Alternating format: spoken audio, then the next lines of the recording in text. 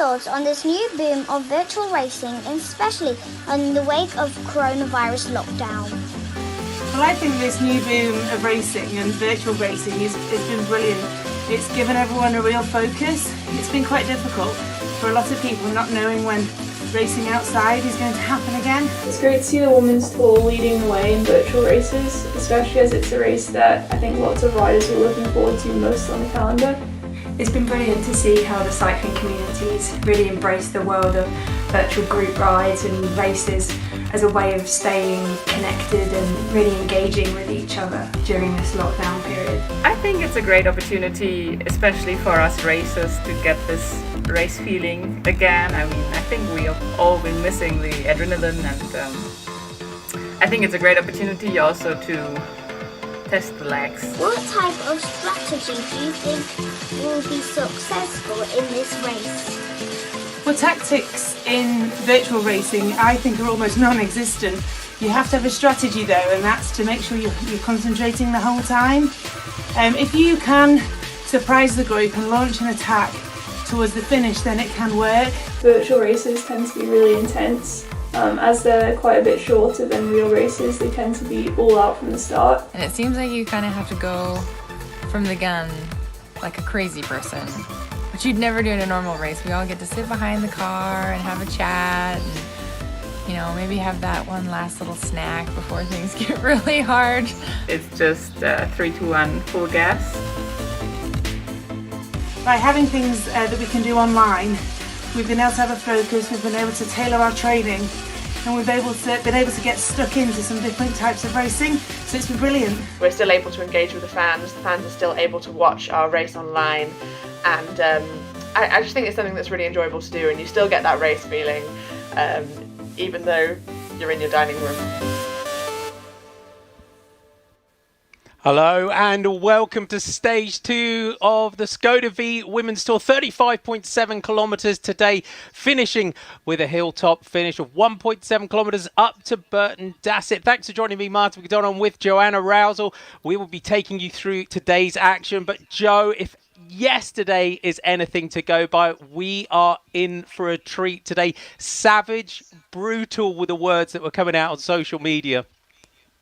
Yeah, it really was a brutal race. So the race split quite early on, riders getting shelled out the back of that peloton. I think only 19 riders left together at the finish, then a huge sprint at the end.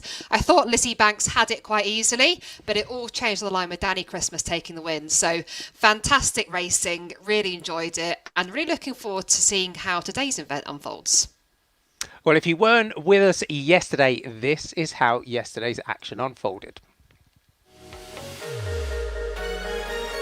Can the Drops team now try and lead this one out? Ellie Gardner still the rider on the front. 300 metres now towards the front. Here comes Lizzie Banks up towards the front. Lizzie Banks, 200 metres to go. Opens up the power. Danny Christmas is chasing her hard. Is it going to be an opening stage victory for her as they come through? Faulkner comes through just on the line. Are they going to snatch it? Danny Christmas snatches it on the line. Ellie Gardner, Amelia Sharp, gutsy move by Lizzie Banks, but Danny Christmas comes through, takes it from Ellie Gardner and Amelia Sharp. There's your results. So Danny Christmas from Eileen Gardner from Camstafosi. Amelia Sharp, well up there as well. Kristen Faulkner from TIBCO Silicon Valley with Leah Dixon. Lizzie Banks there, great move by her. She crossed the line in 6th. Then Joss Loudon, she had gone with an earlier move of Danny Christmas just before the finish. And we can see Danny Christmas and Elizabeth de Vocht, the director sportive. Danny, a fantastic stage victory yesterday. Take us through that run in towards the finish. We saw you put that big attack in with a couple of kilometres to go. You still had the power to come through and take the stage. Yeah, she did amazing. As I said yesterday, she did a 3K to go. A lot of, and I think a lot of trainings on that course also. I don't quite know how you do the virtual flick of the elbow to make her come through to do a turn. So I tried to back off a bit, and then we ended up getting caught again. So lesson learned for that. But I was feeling good. So I thought I'd slightly mistimed the finish, but I think my avatar did a good lunge for the line, so sneaked it in the end. Hi, Lisbeth. You must have been delighted with that win for the team. How much are you able to communicate with your riders during the race, and what you're expecting from today's stage? During the race, it's almost impossible to communicate with our riders because they are so focused on the race, and they want to do their best, of course. So they won't have a cell phone nearby. So it's hard to communicate during the race. But I try to motivate them before the race, and I'm really looking forward to this next stage. And Lisbeth, in terms of the stage, you lost one rider yesterday. You're down to two riders. Do you think team tactics can come into this race today? I think TIBCO, as a teammate of Danny, has to smash it on the climbs, and then the others have to chase her, and Danny can. As you can sit in the wheel, I don't know. I never did virtual racing, but I hope she can sit in the wheel. And yeah, I don't know how it feels on such a trainer. And Danny, you've got that virtual leaders jersey. Can we see you defend that today? Are you confident on this hilltop finish? I hope so. Yeah, I guess we'll see how the legs are feeling. I can definitely vouch for. Virtual race has been pretty brutal. That was my first proper hit out in a virtual race, and I can confirm that the legs are still nipping a bit from yesterday. Well, we wish you all the best today. We'll let you crack on and get ready for the start, Lisbeth. We'll do our best to try and check in with you during the race. Good luck today. There's our start line. You can see the riders getting ready for the off. So all getting lined up. Joe, the warm-up's so important with how quick these starts are. There's Danny Christmas in her virtual leaders jersey. Yeah, warm-up, absolutely crucial for this sort of event. It goes really full gas from the gun. You want to be fully warmed up, fully ready to go. So runners will spend a good probably 20, 30 minutes, if not more, doing a really full warm-up on their turbos for these events. Here's our riders. Lizzie, thoughts ahead of today? Almost nabbed that stage victory yesterday. Confident about today? You rode well here in the Women's Tour last year. Top 10 finish. Yeah, it was really abysmal conditions when we were in Burton Dassett last year for the Women's Tour. So despite the rain here in the UK today, I think it's going to be a touch warmer. Yeah, it's definitely my kind of finish today, up a steep, short, sharp climb. So I'm going to give it everything I've got. The timing, as we saw yesterday in e-racing, is always quite tricky, but I'm just going to go hard as always and, yeah, give it everything. Hi, Amelia. Well done for your third place yesterday. How are your legs feeling today, stage 2? Hi, yeah, thanks. They're pretty sore this morning when I woke up, but went for a spin out on the roads, just back home on the Isle of Man, and feeling better and ready to go again now. Eiley, quick, we've got 40 seconds before the start. Confident for today? Yeah, yesterday was a pretty good day, but I'm sure today will be even harder, so excited to get going. You were looking good yesterday, Kristen. Are you looking forward to today's course as well?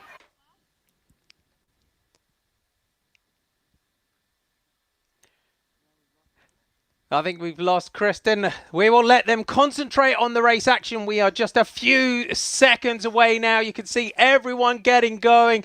Danny Christmas taking that stage ahead of Eiley Gardner, of Cams Tifosi, the young British rider, and Amelia Sharp. 2 seconds to the off, and away we go. There's your leader's jersey. Danny Christmas wearing that. Joe, looking at these starts, it's we saw in Taylor Wiles before the chats, when we as we came on air, she was saying we get to roll out, we have a chat, maybe take that last little snack. This is almost like how we start on the track sometimes. As you will know, when you go into a fast points race or a scratch race or something like that, and it's right from the gun. There's no messing around. Yeah, exactly. So for track racing or for crit racing, town centre racing, warm-ups are absolutely crucial. So the riders that are more used to those sort of races, time trials as well, will be really sort of well accustomed to their own personal warm-up routine, what works best for them. A lot of the road pros might be used to sort of doing more of a gentle spin on the rollers before the start and, sort of a leg loosener. But it is absolutely crucial to warm up as hard as you can, because it is going to be full gas from the start. The race yesterday was less than an hour long, so it is a short event, so it's crucial to be ready to go straight into that red zone once the gun goes. 49 riders from 18 teams are taking the start today, and there they are, all in their pain caves, or as we've affectionately called Danny Christmas setup, her patio of power. She is there. You can see everyone, all their setups, which is quite interesting to see just how the riders get this one set up and ready for the racing. Katie Hall, you can see there from Bull Dolman's got a hilltop finish. Could suit her today. Taylor Wiles. Look at the effort from Taylor Wiles. Watch that Trek Segafredo team. I think, Joe, today that the Taylor Wiles and Ruth Winder could be good bets for the stage today. And there's all your nervous DSs. Yeah, we've got a lot of big names we can look out for today. I think yesterday would have been a steep learning curve for those that aren't accustomed to this virtual racing. There would have been a lot of lessons learned, a lot of conversations overnight and this morning between teammates, with team managers, discussing how they can change things for today, discussing how tactics might change. We heard Dame Sarah Story say in the opening credits there that it can be very difficult to implement tactics on a virtual race like this, but certainly there would have been a lot of lessons learned across the board yesterday. Anything from how to work out your warm-up to sort of how to apply power on your smart trainer. So today could be a very different race, and of course we've got a completely different course as well. And you can also see, if you're checking in today for the first time, how quickly the peloton moves around on the side of your picture. So April Tacey on the front, Eiley Gardner, it is from Cams Tifosi, that's up there. And yeah, apologies to Eiley. We've been doing some test events with her for the past few weeks, and she was too polite to tell me that I was pronouncing her name wrong. So big apologies to her. And I also, from the Skoda Academy, we've seen her up there already towards the front, Rebecca Richards, who was on the start list as Rebecca Richardson yesterday. So I had a proper Anchorman moment yesterday. So apologies to Rebecca's fans and supporters. A few of them let me know on Twitter that I was adding the Richardson, not Richards. So apologies for that. Good to see the Italian flag getting up there. Maria Vittoria Sparotto from Big La Katusha. They're very much to the front here. Lizzie Holden flying that Isle of Man flag for the Biscaya Durango team. Joe, when we think back last year to the women's tour, we were commentating that one. This for me was one of the best stages of the season in a lot of races. We had Cassia Nuviadoma that took the stage at the top of Burton Dassett, head of Leanne Lippert. Lizzie Deignan was up there just 7 seconds off the lead. That set her up for the overall victory. But Amy Peters, Demi Vollering, Lizzie Banks, who said took a top 10, she was 6th up here. Leah Thomas, Lisa Brenner, Christine Majerus and Marta Cavalli with the top 10 when we finished up here last year. But we had that amazing lead out from the Canyon SRAM team to set up the stage for Cassia Nuviadoma. We've got the finishing climb, 1.7 kilometers, just under 5%. Do you think it's going to be interesting to see on the virtual roads that we've got here how much that splits things up? Because we've got 2 laps of that finishing climb.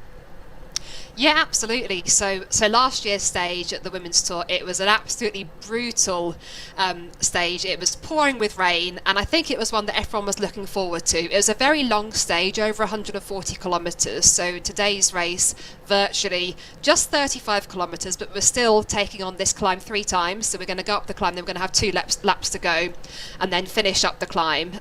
It's about 1.7 kilometres in length, and the smart trainers will react to the real life gradient. So the software uses GPX files to really replicate the roads as closely as possible, and it's amazing how realistic it is when you're on the smart trainer, how it really does kick up, and you can feel your legs lock up, and you can really feel that change in gradient. It's ever so realistic, so riders need to be ready for that.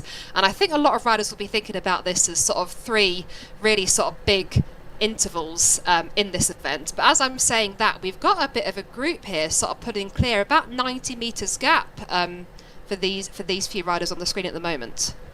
Yeah, just this little breakaway group have quickly got cleared. Joe Tinley is up there. Lauren Stevens from TIBCO.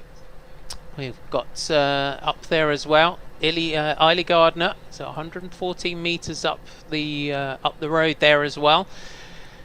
So our leading group, Joss Loudon, is in this group as well. Danny Christmas, you can see, just in those chasers, so starting to get the formation of a leading group here. April Tacey on the front, Meg Dickerson is also there, so just starting to split up early here. Yeah, so seeing some splits early on, so we're going to also have a lot of tired legs from yesterday. It is a stage race, of course, and with most riders based in Europe, they'll be racing in the evening, so it would have been today a lot of thinking about how your legs feel, which can be quite a psychological game when you've got all day to think about your race coming up in the evening, and sort of trying to weigh up, do you go for a little spin out on your bike in the morning, do you do a little bit on the rollers, do you just rest up and sort of save it all for a big warm-up? So prep on race day is very key. It is a stage race at the end of the day. A lot of people went very deep yesterday. We did see a lot of riders, a lot of splitting up of the bunch as we went through the stage. So it'll be interesting how those tired legs respond to the racing today. I think we're seeing Sarah Story currently leading this group, which is seeing the graphics on the left of the screen with the riders who are up there. Corrine Hall as well for Story Racing. At the head of the field here, again, that team riding really strongly as well yesterday. So it looks like from that was our chasing group that we could see with Danny Christmas and Joss Loudon in there. We've got Laura van Regen Mortel on the front for the Bela Crush team. Another rider that's been riding well over the last couple of weeks. Dutch marathon mountain bike champion is Laura. Abby Van Twisk is in there in that group. Lucy Gadd, so Story Racing. Looks like again have placed all 3 riders in this group. Corinne Hall is up towards the front. Julie Solvang from the High Tech Products team is also in there. There's the chasers just in the distance. So the head-on shot here, you can just see that chasing group behind.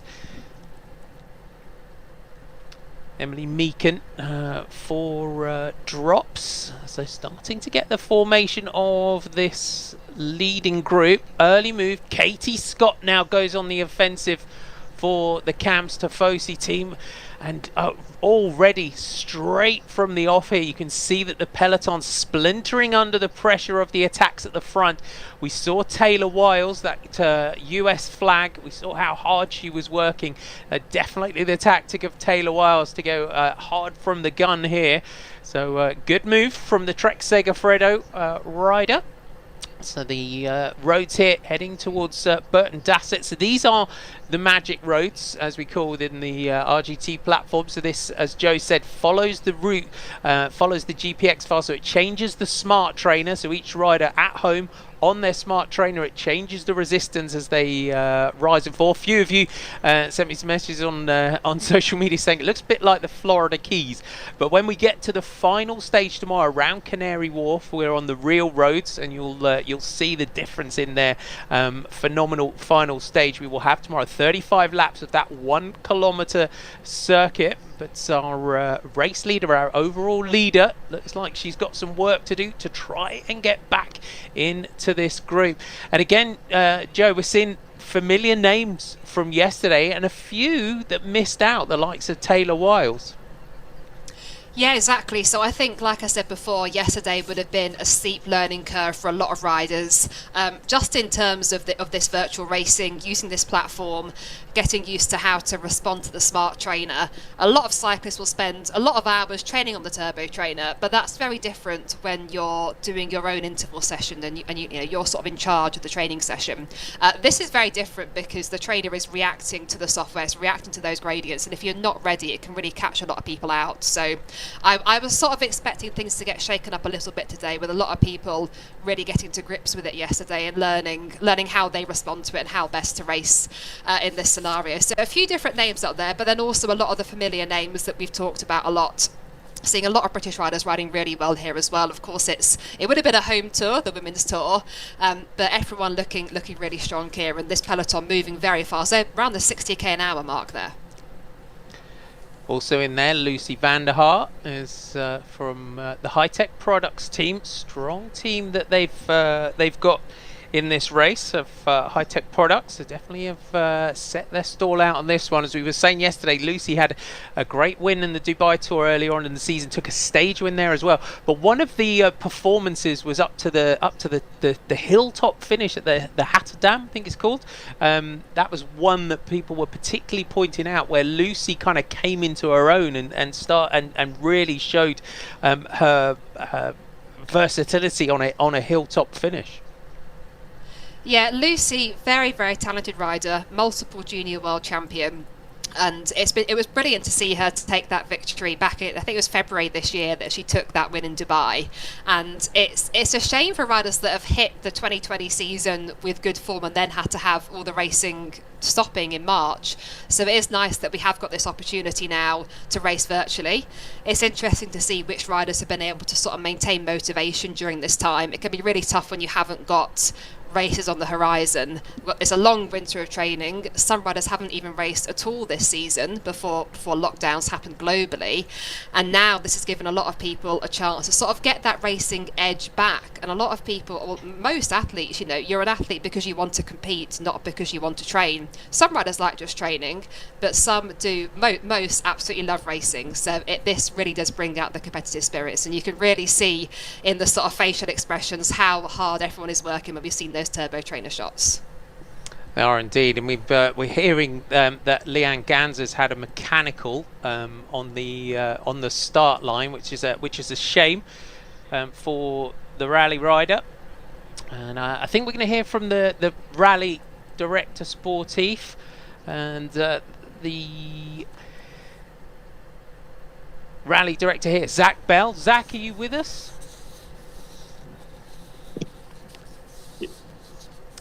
Okay, we'll jump in with Zach as soon as we can hear from him. Another rider that I just want to point out in this leading group is Britt Knaven from the team NXTG. And Britt, young rider, just 19 years old, representing Belgium from this new team NXTG, the only under 23 UCI women's team. She's got designs on winning Paris-Roubaix, like her dad did. She's already won the youth Paris-Roubaix, and it's good to see her here in this leading group. On this climb, you can see the road is rising, and again the group just starting to splinter just a little bit now under the pressure of this climb. Few riders here just trying to hang on to the back. Joe, for riders like Britt coming into the race season proper, we're starting to get that glimpse now, but we've also now got the first Paris-Roubaix on the calendar. Yeah, a lot of people very excited about that. So right at the end of the season, we're going to see hopefully the first ever women's Paris-Roubaix. So obviously it's a huge event in men's cycling, but as far as I know, there has never been an elite women's one, certainly never in my career, but it has got a lot of people talking, a lot of people very excited. There we can see Leanne Ganser's just off the back of the group. We've got Zach Bell here. Zach, real shame for Leanne having that mechanical on the start line. What happened? Yeah, we're not sure. It was just maybe a connection problem just right at the inappropriate moment or something. But her avatar just sat for an extra 4 or 5 seconds before it got going. So yeah, it was a little too bad. But she's going to finish out the stage, and we'll have another go with her tomorrow. We still got Krista up there to fight the good fight on the hill today. She's got Heidi Franz for company here. As a team for rally cycling during the sort of global lockdown, have you managed to keep the team motivated? How much involvement and chat have you got with the riders on a weekly basis?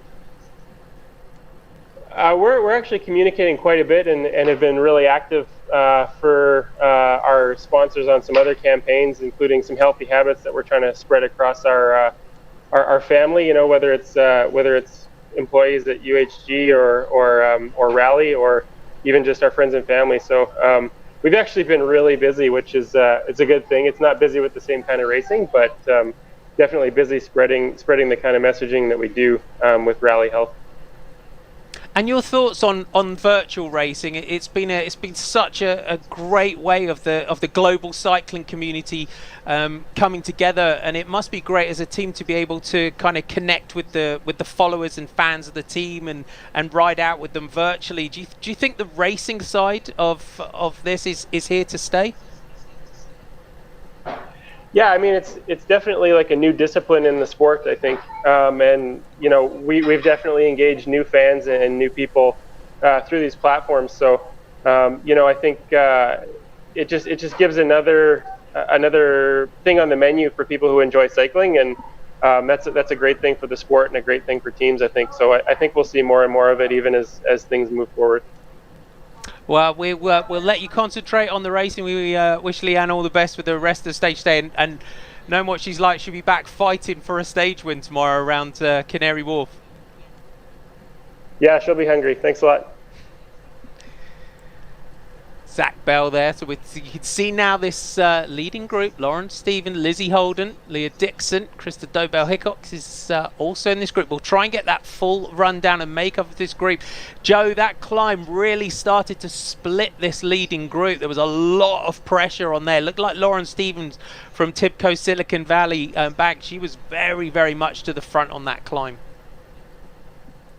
Yeah, I think we've got about 10 riders now in this leading group. Lauren Stevens, like you say, incredibly strong, leading over that climb. Sarah Story put in a good counter-attack as the gradient sort of levelled off as well. And this really quite a select group here. And as we're looking on the left of the screen, we can see riders sort of sitting around sort of 3 to 4 watts per kilo at the moment. We were seeing over 6 watts per kilo when they were on that climb. So some serious effort. That is climb 1. 2 more to go, with the final one being the finish as well. There's Lizzie Holden, you can see on the left of your picture. Kristen Faulkner from TIBCO on the right. Lizzie Holden working hard. She's from the Isle of Man, out of the saddle. So you can see the makeup of that group. So Katie Scott is another rider that's made it in there. Eiley Gardner also in there. The 2 Camps Tifosi riders, Joe. Katie Scott and Eiley Gardner. I have been so impressed with them through the test events and yesterday's stage, as Krista Dobell-Hickox now just makes a move. But there's your second group on the road. This is the group containing Megan Dickerson, Abby Van Twist, Taylor Wiles. Meg Dickerson is also in this chasing group. Abby Van Twisk from Trek Segafredo. So they're chasing hard to try and get back in to this leading group. And it's really is quite a select group now that we've got at the head of the race. I was just saying, Joe, the Camps Tifosi riders, Eiley Gardner and Katie Scott, they could catch the attention of the sport directors here, and when they get back into the bunch, as a sport director, you kind of remember those names, and if they're out on the road and they start to hear them in breakaways, it could be a really good stepping stone here, just putting their names out there to some of the World Tour teams and the development teams, because I know that Simon Howes has done a great job with moving Anna Henderson on to the World Tour with Team Sunweb, but they're really making the most of their opportunity here. Yeah, definitely. So both those riders were in the front group yesterday. Eiley Gardner coming second overall and leading the best young rider classification as well. So definitely a lot in pro cycling and getting those pro contracts. You know, everyone says, you know, you let legs do the talking and you go out there and you get the results. But a lot of it as well is about getting your name out there and talking to people, networking. And we've obviously had a very, very strange season this year. You know, we've not had all the bike racing that we normally have, but virtual racing really is giving that platform to a lot of riders to really show themselves. And you can't hide here. You're all on your smart trainer, putting down the power, and the results speak for themselves. So I think it is a golden opportunity for these young riders to really show that they can compete with the best. And they might not have the endurance to last the longest stages at the moment, but they're only going to develop that over the years. So yeah, very promising for young riders here. So Kristen Faulkner just on the back of the group, and also in there Leah Dixon. So we've got Story, Dixon, Stevens, Dobo Hickok, Lizzie Holden, Katie Scott, Turnja Beekus, Emily Meakin, Megan Barker, April Tacey, Victoria Gilman and Kristen Faulkner as all the riders that I can pick out at the moment. It just ticks through quite quickly on the left of your picture, so we'll get confirmation of our group. The orange jerseys there of Rally Cycling. So the two riders, Leanne Ganzer, her two teammates. Leanne Ganzer having that mechanical on the start line. Heidi Franz is back with her teammates. Story comes through to the front. Big powerful move again by Sarah Story. Katie Scott reacts. 20.5 kilometres we have to go, just over 15 kilometres we have covered. If you're just joining us today, welcome. This is the Skoda V Women's Tour, Stage 2, 35.7 kilometres, finishing on the hilltop finish at Burton Dassett, 1.7 kilometres in length. Just under 5% is the climb. There's Lauren Stevens from TIBCO Silicon Valley Bank. Good to see her up there. For that team starting to look here a little bit like they might be trying to work together a little bit, which is difficult in the virtual world. There's Lauren Stevens, Rachel Hederman, the TIBCO Silicon Valley Director Sportif is with us. Rachel, welcome. What were the instructions to the team? You've got two riders in this leading group. And that was the first instruction, was we knew it was going to split early and then split over the climb. So first instruction was to make it into the front group over the climb, and I think we have two, if not all three, of our riders that have done that, so that's a good start. And in terms of yesterday's stage, what was the feedback afterwards? It was hard. Yeah, I mean, all virtual racing is, but yeah, it was a brutal stage that, I mean, you could see by the fact there were less than 20 riders made it to the finish in the front group. And in terms of you as a director sportif, normally you're driving the car, tucking into whatever finities that the soigneurs have put in the pockets of the car door, or at least that's me anyway, just munching through whatever you can find in the team car. As a sport director, the nerves still the same in virtual racing? Can you kick back a little bit when you're driving the sofa? Well, I mean, we don't have the driving to do, but I mean, I have my setup here with various screens and a race radio with the riders, so it's kind of just as involved as in real life racing. Well, we'll let you focus on the racing. All three riders in this leading group, as you said, we wish them all the best for the finish. Thank you. We got Lauren Stevens on our screen here as well. Just she's looking very comfortable there, Joe. Yeah, it's really interesting seeing the shots of the riders. Normally when you're racing your bike, you can tell a lot about how your competitors are feeling by bits of body language. People have little tells, like they might sort of drop a shoulder if they're struggling, or they might start to sort of wiggle about on the bike a little bit more, fidget a little bit more. But you can't tell that when you're racing virtually, because all you can see is these avatars. But for us watching, we can see these shots of the riders on their turbo trainers in their pain caves. And it really is quite telling to see who is looking settled, who is looking strong and in control. We're almost halfway through this race. We've been up the climb once. It has been a brutal race from the start, but like you say, Lauren Stevens looking nicely in control there, and definitely this Team TIBCO have got three riders here, Kristen Faulkner, Leah Dixon and Lauren Stevens in this group, so incredibly exciting for these three American riders. are indeed. Now, if you're watching the screen, you'll see all the numbers on the left, and I think this is what I'm liking here, Joe, in terms of the numbers that we're seeing. It's almost like a bit of Formula One that we've got with all the data. We're going to speak to Stephen Sargent from Bigler Katusha. Stephen, thanks for joining us. Lizzie Banks, gutsy move yesterday. Just had that stage win snatched on the line. Yeah, correct. We actually spoke about it earlier this afternoon. It's about timing. We had Emma there as well, and where Lizzie was maybe a little bit too early, Emma was a bit too late. So, yeah, that's virtual racing, and at the same time we're learning as well. We can see already that this stage with the hilltop finish at Burton Dassett, it's really shredded that peloton. The start is so important, is it, in this virtual racing? The riders have got to be so warmed up when they hit the start line. Correct, because I mean, once you start pedaling, when you see 0 seconds, you're in fact already too late. But the warm up as well is important. I mean, we're already sitting probably an hour and a half prior to start on the turbo. So yeah, if you come in and you're cold, then obviously you're going to be driven out of the peloton straight away. Well, thanks for joining us. We'll let you concentrate on the race. Great to see Lizzie Banks on our screen as well. Good luck to the team for the finish.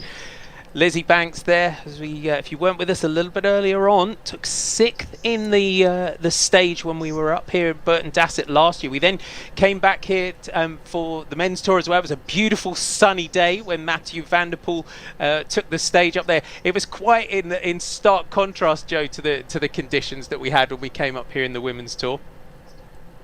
Yeah, it's funny. I always think it's amusing when the women's tour is in June and often seems to get the worst weather, and the men have got their race in September. So that's always quite funny when that happens. But always good racing either way, and I think just makes it even more interesting to watch when it is that brutal. Yeah, this group's thinning down again. Story Racing looking good. Sarah Story, Corinne Hall, all still in there. Lizzie Banks is looking good. You saw her how relaxed she was looking. Joe, just trying to explain a little bit of our power data for anyone that might be tuning in that's new to all the numbers and the data that they're seeing on the screen. How can we translate this to sort of maybe simplify it a little bit? Yeah, so on the left of the screen, we're seeing the watts per kilo that each rider is putting out. So the unit of power is watts. So that's what we use in cycling to measure sort of how hard you're pedaling.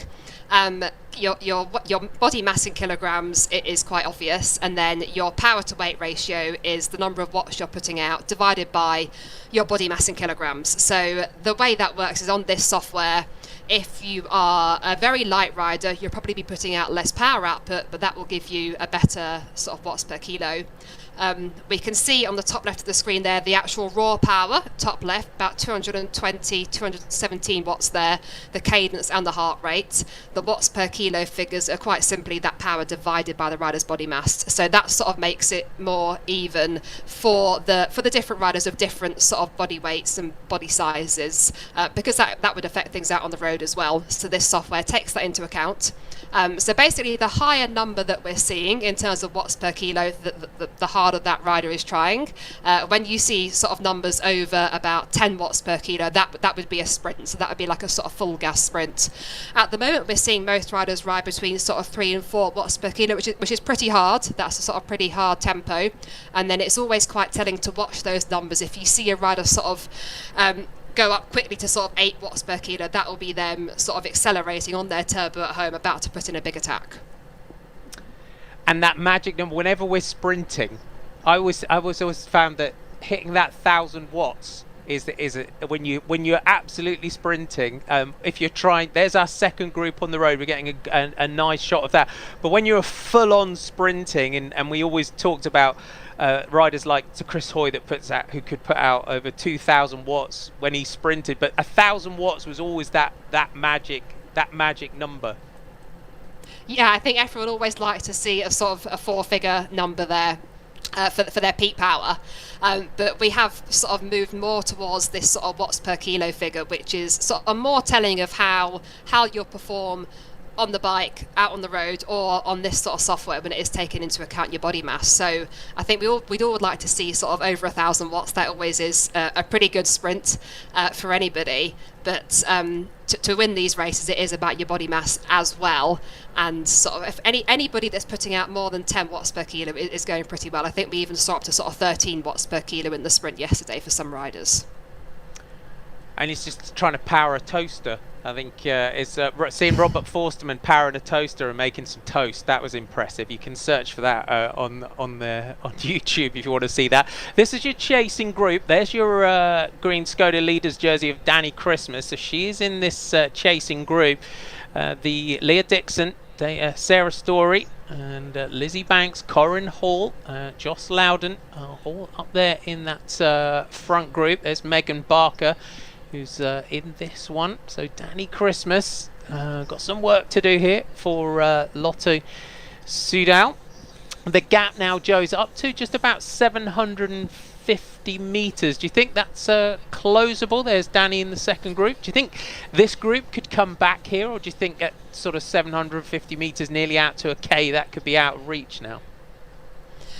I think realistically, probably out of reach. Though having said that, we're now down to less than 600 metres. We're seeing here between Danny Christmas and Sarah Story, so it is actually coming down as I speak. So normally, I'd say that would be too big a gap, but it also will vary when the riders that are up the road are hitting a climb. Obviously, that will slow them down. So we will sort of see it vary throughout the race. But actually, as I'm saying, that's now down to less than 500. So I could be proved completely wrong. And on our screen, we've got Simon House from the CAMS Tifosi team. We've got Danny Christmas at the top of your screen, Katie Scott underneath. Simon, just checking in with you in terms of your riders in that leading group, Eiley Gardner and Katie Scott putting in phenomenal performances over the last couple of days. Yeah, it's a terrific performance. Obviously, we're delighted with today. It's it's a really tough route. So having two young riders, like you say, Eileen and Katie, both under 20 and 19. So let's see what the finish brings. Exciting day for us. And in terms of I was just talking about your team in terms of the development of young riders and seeing the pathway that you're developing for riders like Anna Henderson, who's now moved up to the World Tour with Team Sunweb. What's the plans for the team? Because sometimes as a team it can be bittersweet, can't it? Because you bring a rider through and you develop them and you feed them on. Have you got what's the big ultimate goal of the team now? Yeah, as you say, I mean, this year, we've taken on CAMS Tifosi. We've got a 3-year deal at UCI level. We've got some good funding, so we've got 3 years where we can actually help riders progress, and who knows where we'll go to and how far we'll go. But we're creating a race program for them that riders will want to stay. And as I say, with the CAMS and the 3-year sponsorship deal, there's lots of opportunities for the riders to progress and to achieve great things. Well, we're enjoying watching them racing. We'll let you get back to the action because we've got Lauren Stevens, who you can see at the top of your screen. The road is rising, and Lauren Stevens now is going on the attack here for Team TIBCO. Big move now by the American, and she had a good start to the year down in Australia. But this is a power move here, Joe. This looks to me like a race-winning bid for glory. This is a huge move. So we saw the first time up this climb, she was leading that bunch and really stringing it out and got rid of a lot of riders, all on her own really, sort of really strung them out. Now she's gone solo, taken out over 40 metres over Lizzie Banks, who's currently second on the road.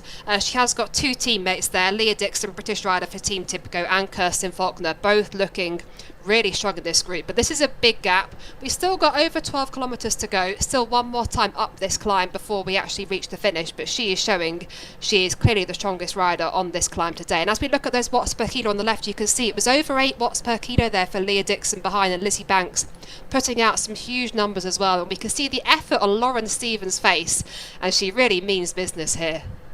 She does. I think that's what's the beauty of this, the fact that we can see each rider, not just their little avatar on the screen, but we can see how hard they're working.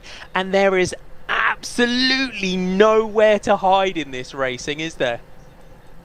No, there isn't. It is absolutely brutal. And if you sort of freewheel for a moment and lose that momentum, you just very quickly lose contact. But look at this big move here by her teammate coming up behind her. So Leah Dixon comes up to her and Lauren Stevens out of the saddle to react to her teammate. So this is a big move now from Team TIBCO Silicon Valley Bank, the team from the USA. They've got the British rider Leah Dixon in there and Lauren Stevens from the USA. So 2-up move now from Team TIBCO. We checked in with Rachel Hedeman, the director sportive, early on, and you can see they are definitely serious about this race. There's Leah Dixon on the left of your picture there. Got the headphones on. Got to have some maybe some power tunes going here as well, Joe, because that's always important when you're on the turbo. Yeah, very much personal preference. So I think there's a lot of evidence to show that playing music can help you perform better on the bike, or whatever sport it is that you're doing. So a lot of riders will have quite interesting personal preference of sort of what they want to be hearing, what keeps them motivated. But both these riders working incredibly hard, seeing those faces. But actually, Lauren Stevens now looking a little bit more settled, and now we're seeing Faulkner there and Lizzie Banks trying to come across.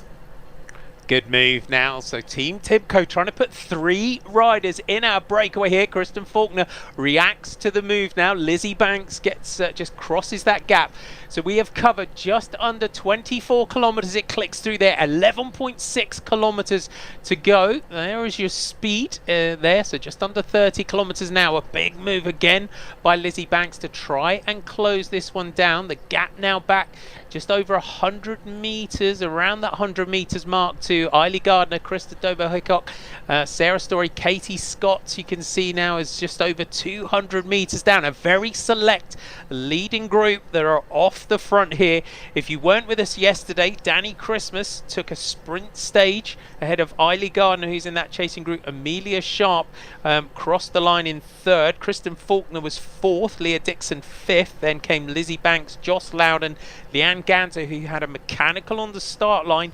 Emma Norsgaard was 9th and Lizzie Holden was 10th yesterday. So you got your 2 leaders, Lauren Stevens and Leah Dixon, your 2 chasers, Kristen Faulkner and Lizzie Banks trying to come across, and then Lizzie Holden is about 30 meters from Biscaya Durango trying to close this gap down.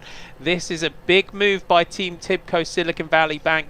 They really are setting out the tactics now with on the final lap of this Burton Dassett circuit. A great move here, and the gap is growing. Katie Scott 350 meters now. Joe, Lizzie Banks, there's your 4 riders that are up there. Lizzie Banks, Lauren Stevens, Kristen Faulkner and Leah Dixon.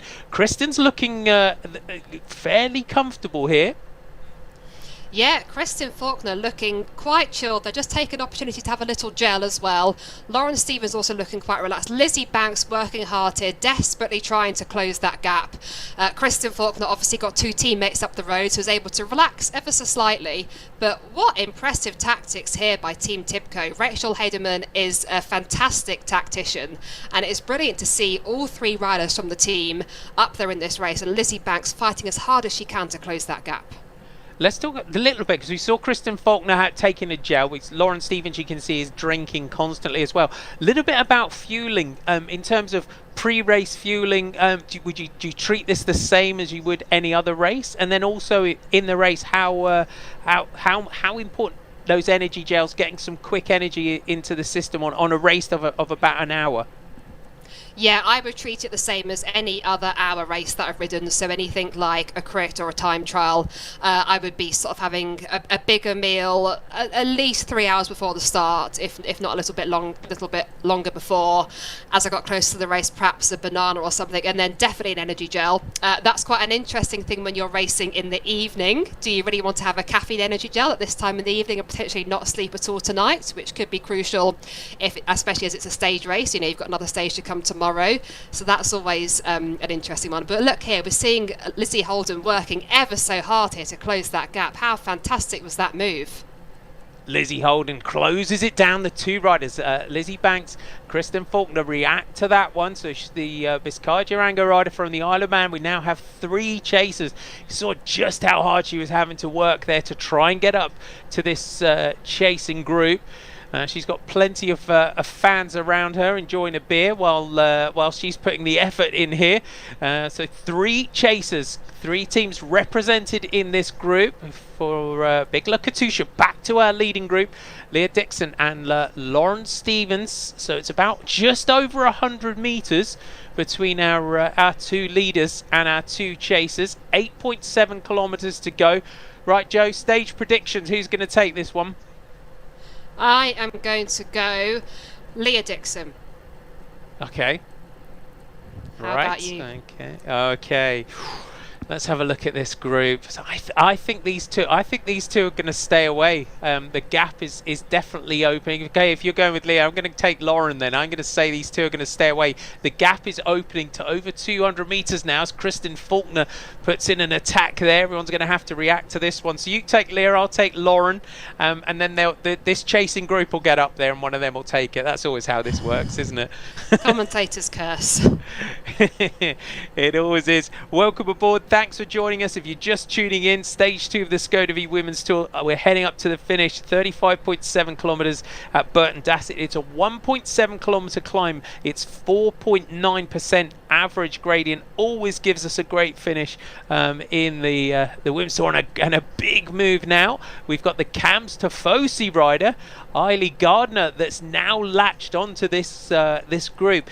Absolutely, and there's Sarah's story. So these chasers have come back to them. So this group is swelling in numbers. So Sarah's story, Eiley Gardner make contact with this chasing group, and Krista Dobell-Hickok is also there. This is what they needed, Joe. I would say that the chasing group just starting to get a little bit fatigued. They needed to get onto those 2 leaders, and they needed to get onto them quickly. They've got some reinforcements now. Yes, they have. So a bit of a bigger group here now, but some riders have put in some serious effort to close that gap. So we saw Lizzie Holden on the screen earlier. She's top left there now. She put in a huge effort to close that gap. A lot of fans there, nice bit of atmosphere. So I think that's always going to help when you're racing on the turbo. But yeah, a lot of effort put in by those riders to sort of close that gap to that chase group. And now still a lot of work to do. Over 200 metres to our leaders. So working nicely together are our 2 leaders. You just saw Kristen Faulkner at the bottom of your screen. Lauren Stevens and Leah Dixon working nicely together. We'll just have a look down the top 10 here. So Corinne Hall is just over 600 meters down on the group. So after Kristen Faulkner and those chasers, they've just got to take a moment just to almost hear Joe, just over 7 kilometers to go. Take that opportunity, maybe take a drink if they've got a gel, a little bit of energy, because again, this race just went from the gun and it has been totally relentless right from the off. It really has. So the final climb is 1.7 kilometers long. We're just about to dip under 7k to go. So you've really got sort of climb, and that is when the absolute biggest effort is going to be. So there'll be some riders thinking about that already, but you can't think about it too much because you've got to be in it to win it. And currently 2 riders up the road, over 200 meter gap, 2 teammates working well together, which is really impressive to be able to do that on this virtual software as nicely as they are. So these riders have got to put, the riders in the chase, we've got to put in some serious effort if they are going to have any chance of closing that gap and competing for the win. There's your power data in the top of your picture. So the heart rate spinning at just under 90 revs per minute. So if you're out there and you do your spinning classes, you'll know the sort of cadence that you sort of ride when you're in those sort of spin classes and that kind of thing. If you're tuning in and watching this for the first time, our British rider though, Leah Dixon. British fans, if you're out and you're familiar with the domestic scene, she's 28 and she took a stage and the general classification last year in the Tour of the Reservoir. That was a race you used to enjoy, the Tour of the Res, didn't you? Yeah, I may have also won a stage of the Tour of the Reservoir. My brother's won it overall as well. So fond memories of that race. Absolutely terrible weather last time I raced there. I think it was actually snowing. and we were finishing and we were wrapping ourselves up in blankets on the podium. But I think it's actually moved to later in the calendar, obviously not taking place this year, unfortunately, but has been a fantastic race, part of the British scene for many, many years, and yeah, very much a rider favourite. Danny Christmas, our leader, you can see there just over about 300 metres down on this group. There's the back of that group, so Lizzie Holden, Kristen Faulkner, Lizzie Banks, Sarah Story, all still working nicely together. 5.5 kilometres to go, sitting at just over 46 kilometres an hour, and we've been racing for just coming up to 45 minutes. 341 metres we've climbed so far. This is the second of 3 stages of this year's virtual women's tour. Thanks all of you for joining us. Tomorrow's final stage is going to be a 1 kilometre circuit, 35 laps of that Canary Wharf circuit in London. So you will not want to miss that one. Rachel, Director Sportif of Team TIBCO. This is a mighty performance from the team here. Very impressive. Yeah, they've raced together a fair bit on virtually, probably more virtually actually than on the road. So yeah, it's pretty cool to be able to see this kind of teamwork on a virtual platform. And in terms of the finish, because when you come into a finish with your teammates, we're just inside 5 kilometers to go. There's gonna be no gifts here, is it? This is gonna be an impressive final 5K and sprint up this final climb, isn't it? Absolutely, it's going to be hard for everybody that's in the top 10 at the moment. You know, I mean, it's been a brutal race so far, and yeah, that final climb is just going to be the icing on the cake. I think it's going to be very hard for everybody. Everybody's going to be having to give it everything they've got. We've got 2 riders in the lead. Can Kristen, that's what you've got to hope here. You've got to hope that you can completely take the podium here. Well, I mean, yeah, that would definitely be a very good way to finish the stage. Obviously, Kristen has the advantage in that group of being able to sit on, but sitting on a virtual platform is not quite the same as it is on the road. So yeah, it's going to be interesting to see how she gets on. But yeah, I mean, being able to sweep the podium would be a fantastic result. Well, we'll let you enjoy the final few kilometres, and hopefully we can catch up with you afterwards. We're loving watching them race. We're just seeing now Sarah Story now making a move to try and make a last-ditch effort to try and get on. It's 250 metres is the gap between our 2 leaders, Leah Dixon and Lauren Stevens from TIBCO Silicon Valley Bank. Dame Sarah Story, Eiley Gardner, Lizzie Banks, Krista Dobell-Hickox, Lizzie Holden and Kristen Faulkner are your chasing group, and Danny Christmas, our winner of the stage yesterday and our overall leader, is chasing hard from that group behind. They got a lot as Kristen Faulkner comes up, maybe try and get away. What do you think, Joe? Do you think they could do 1, 2, 3 here? I think they could. I mean, seeing the shots of Kristen Faulkner on her turbo trainer, she is looking very in control. We're seeing her avatar just accelerate up the side there of this group.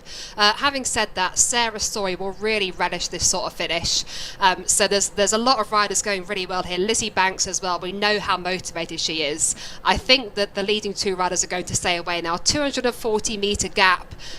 About 3.5 kilometres to go. Of course, that final climb, 1.7 kilometres, and we've seen how strong those leading 2 riders are, getting away on that climb on the previous lap. So very much sure to play for that podium spot with those riders behind, and it's very hard to call which way that could go. It is indeed. There's the great aerial shot here of our 2 leaders from the TIBCO Silicon Valley Bank, a team that's been around now for many years, has done a great job developing many riders over the years. The team from the USA, Lauren Stevens, as I said, started well earlier on in the year, just missed out on the podium in the Torquay Classic down in Australia. And she's had stage wins in the Turingen Rundfahrt race, which is another very prestigious stage race on the women's pro calendar. There's some of your chasers. Krista Dobell-Hickok, Dame Sarah Story, Eiley Gardner and Kristen Faulkner. Just see how comfortable Kristen looks. Her two teammates are up the road. As Joe said, she can sit on a little bit in this group, and the work being done by the rest of that group. But that final climb is ahead of us, so don't forget the climb up to Burton Dassett is 1.7 kilometers. 4.9%. It's going to be a great battle between these two riders on that climb. What's your feeling here, Joe? The run in towards that climb, it can be quite deceptive, can't it? The way it sort of rises and then sweeps round up towards the finish. You've got to time it quite well. Yeah, so we're just seeing well, it's -7% gradient here for the chasing group, but for the front two riders, it was about -1%. So the top right-hand corner of your screen is showing the gradient there, right at the very top. So yeah, at the moment, won't be having to ride too hard. We can just look at the stats on the left though. So over 5 watts per kilo, Lauren Stevens was putting out there, slightly lower there for Leah Dixon. So will be really interesting as they approach this climb how this will play out between the two teammates. Eiley Gardner from Camston Fossies, the British rider, still in that chasing group. Lauren Stevens is on the front, Leah Dixon right behind her, latching onto the wheel. So we're going to start the final climb up towards the finish. Will one of these riders go long in this finishing sprint? It looks like here that our winner is coming from this leading group. And the chasing group behind, just over 220 metres down. There's Rachel Hederman at the top of your picture, Leah Dixon and Lauren Stevens right below those. So the two riders here be able to see each other on their screen and react to that one. Stevens, little move here, just opening up a few metres over her teammate. Is this the move now from Lauren Stevens? We saw her do it. She's had a commanding ride up this climb every time that we have hit it, but Leah Dixon rides back on to her teammate. Is she going to go now? Leah Dixon, you see her avatar just start to accelerate, but Lauren Stevens just brings it back. 1 kilometre to go. It's neck and neck at the moment between these two riders. Who's going to be the first to make their move? They're looking good here. Yes, the gradient is going to just get steeper and steeper. As we can see up ahead, the road really ramps up, currently just over 2%, but it will ramp up a lot more in the next few metres. 800 metres to go now, and this is going to be interesting. You can just see Rachel, the director sportive, talking to her two riders. So Dixon is on the front, Stevens behind her. Just passing a few riders static on the road. 600 metres to go now. Dixon starts to put in some power, just starting to open a few metres, 5 metres. Stevens has got to react here to try and come back to her. The gradient here, Joe, this is where it starts to kick. Yeah, it is really kicking now, and Leah Dixon pulling out 8 or 9 metres there over her teammate, looking very impressive, but 500 metres to go at this sort of gradient, 11% currently, is a very long way. And here's your chasing group, who Lizzie Banks on the front, Lizzie Holden, Krista Dobell-Hickok, Kristen Faulkner, Eiley Gardner and Sarah Story. Those are your chasers. Dixon just starting to pull out a gap, just under 10 metres. Stevens has got to battle back here. Dixon, the power is on. 400 metres to go now up towards the finish. Leah Dixon, and now the gap opens to 15, 16 metres. She's starting to open this one. Dixon, look at the power at the top of your screen here. Stevens is trying to react. She put in the big turns the first time up the climb to really split this one. Look at the power here, Joe. Yeah, this is incredible. Over 400 watts we're seeing on the top left of the screen there. Over 7 watts per kilo, 7.6 watts per kilo just then we saw. 200 metres to go. You can see that avatar out the saddle. You can see the effort on both riders' faces. Lauren Stevens not letting this go at all, but Leah Dixon pulling out over 45 metres now. Look at that. She can see the finish banner ahead of her now. 100 metres to go. It's going to be a win for the British rider Leah Dixon from TIBCO Silicon Valley Bank. manages to distance her teammate, puts nearly 100 meters into her towards the line, but Leah Dixon crosses the line to take the stage. Impressive riding from the TIBCO team. Lauren Stevens crosses the line and takes second place, and then the sprint will start from the group behind. Yeah, we can see the Watts per kilo there. Lizzie Holden putting out some serious power. Kristen Faulkner as well, challenging there for the third place. And Lizzie Holden is the rider there that takes the third spot on the podium. Just prevents Team TIBCO from taking a clean sweep of the podium there. Lizzie Holden from Biscaya-Duranga, the rider from the Isle of Man, takes third spot, fourth place for Kristen Faulkner. Lizzie Banks crosses the line in fifth. Krista Dobell-Hickok just crossing there in sixth, ahead of Eiley Gardner and Sarah Story. And then Danny Christmas, our overall leader. That was a good finish there by Danny Christmas on her own, closing that gap down to try and keep her hopes alive tomorrow. Yeah, impressive ride there by Danny. So we saw her distance early on. Not quite sure if there were any technical issues or anything, but she fought the whole way throughout that stage. And just getting inside the top 10 there with 9th place. Very, very impressive riding by her. Katie Scott and Corinne Hall just riding up the climb to the finish. A great stage that we've had here on stage 2 of the Skoda V Women's Tour. So we've got our top 10. Katie Scott, will she take the 10 spot here? Can Corinne Hall battle back? And we know what Corinne is like. She will want to try and take the 10th place here. Katie Scott, though, just opening up about 20 meters. Corinne battling to try and take a 10th spot for Story Racing, but Katie Scott is going to hang on to take that 10 spot. Corinne closes her right down on the line, but there you have it. There's our top 10, and Corinne Hall in 11th. We're going to go to our winner, Leah Dixon. Leah, let's take us through that final lap there. Impressive ride there by you and Lauren Stevens. So she's just turning her fan off so that we can hear her. Leah, take us through that. That was some ride by you and Lauren Stevens. Take us through that breakaway.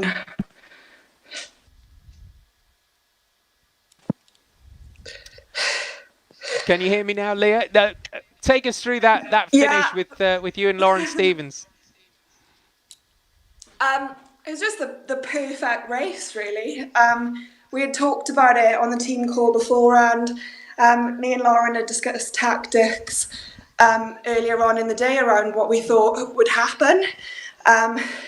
We thought that maybe we could sell the group down a bit on the first lap, and then depending on who was in the group on the second lap, we would try and maybe go hard to reduce the group further. And then Lauren obviously attacked, got a really big gap, and then came over our race radios and was, if someone can come across to me now. And I just went all in, got over to her, stayed on a wheel for a bit for recovery, and then we just did some really great teamwork to work together. It was a fantastic team performance. Well done, Leah. And we look forward to seeing you in action tomorrow. And we'll go to our second place rider, Lauren Stevens. Lauren, right from the gun there, impressive ride the first time up that climb, and you really split the group. Can you hear me? Oh, hi. We can hear you now. Okay, cool. Sorry. That's okay. Just split the group up the climb that first time.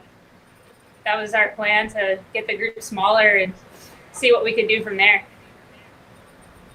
And in terms, for anyone that's never had a go on one of the smart trainers, how realistic is the climb? Because when the camera came back to you, you could see how hard you were having to work against that gradient. How realistic is it? Yeah, it's quite realistic. Okay, well, great ride today. You just missed out on a 1-2-3 today. Lizzie Holden just out sprinting your teammate for the finish. Just look quickly before we let you go. Tomorrow's stage, a flat criterium. Looking at how this race has gone so far, that's going to be a fairly brutal affair, I would say.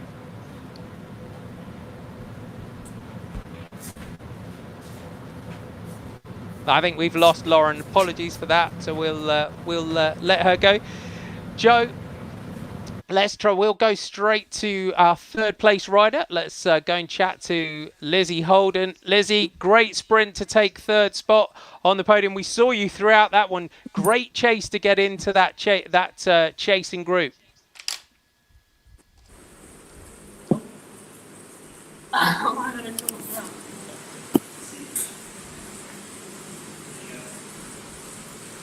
Hello? Hello, Lizzie, can you hear me now? Impressive ride there to take that third spot on the podium. Great ride big chase to get into that chasing group, though. Yeah, I thought it was just like the 3 climbs which were going to be the hardest, so I knew if I could get over them, then I'd probably be okay, but they were pretty savage. And in terms of looking ahead to tomorrow, the crit stage tomorrow, looking at how the race has gone so far, that looks like that's gonna be tough tomorrow. Yeah, definitely, and it's quite cool how real it is, like with the drafting and stuff on RGT. So it'll be interesting to see how that works. Well, great ride today. Well done. Thanks for joining us. We look forward to seeing you in action again tomorrow. Thank you. Joe, that was a phenomenal stage, wasn't it? The tactics there from Team TIBCO, it really paid off for them. Yeah, it was brutal racing with that climb, with those really steep gradients, but it was really fascinating to see some team tactics playing out in virtual reality there for the first real time that we've seen that properly in this stage race. So brilliant tactics there by Team TIBCO, taking first, second and fourth. Obviously incredibly strong rides by all of their riders, showing how strong they are on these virtual climbs, but it really was fascinating to see the teammates working together and that work paying off. And that chasing group as well, the likes of Sarah Story and Eileen Gardner, I think every ride that she does, she seems to just impress more and more. Yeah, really impressive ride there by the young British rider. I was also particularly impressed with Lizzie Holden, the Manx rider, closing that gap to those chasing groups on her own, seeing lots of support around her in her pain cave, lots of people cheering her on. So that was a huge effort and a very well-deserved third place as well there. Well, great days of racing. We have one more stage to go tomorrow. Make sure you join us for that. From Joanna Rousel and myself, we'll see you tomorrow. Bye for now.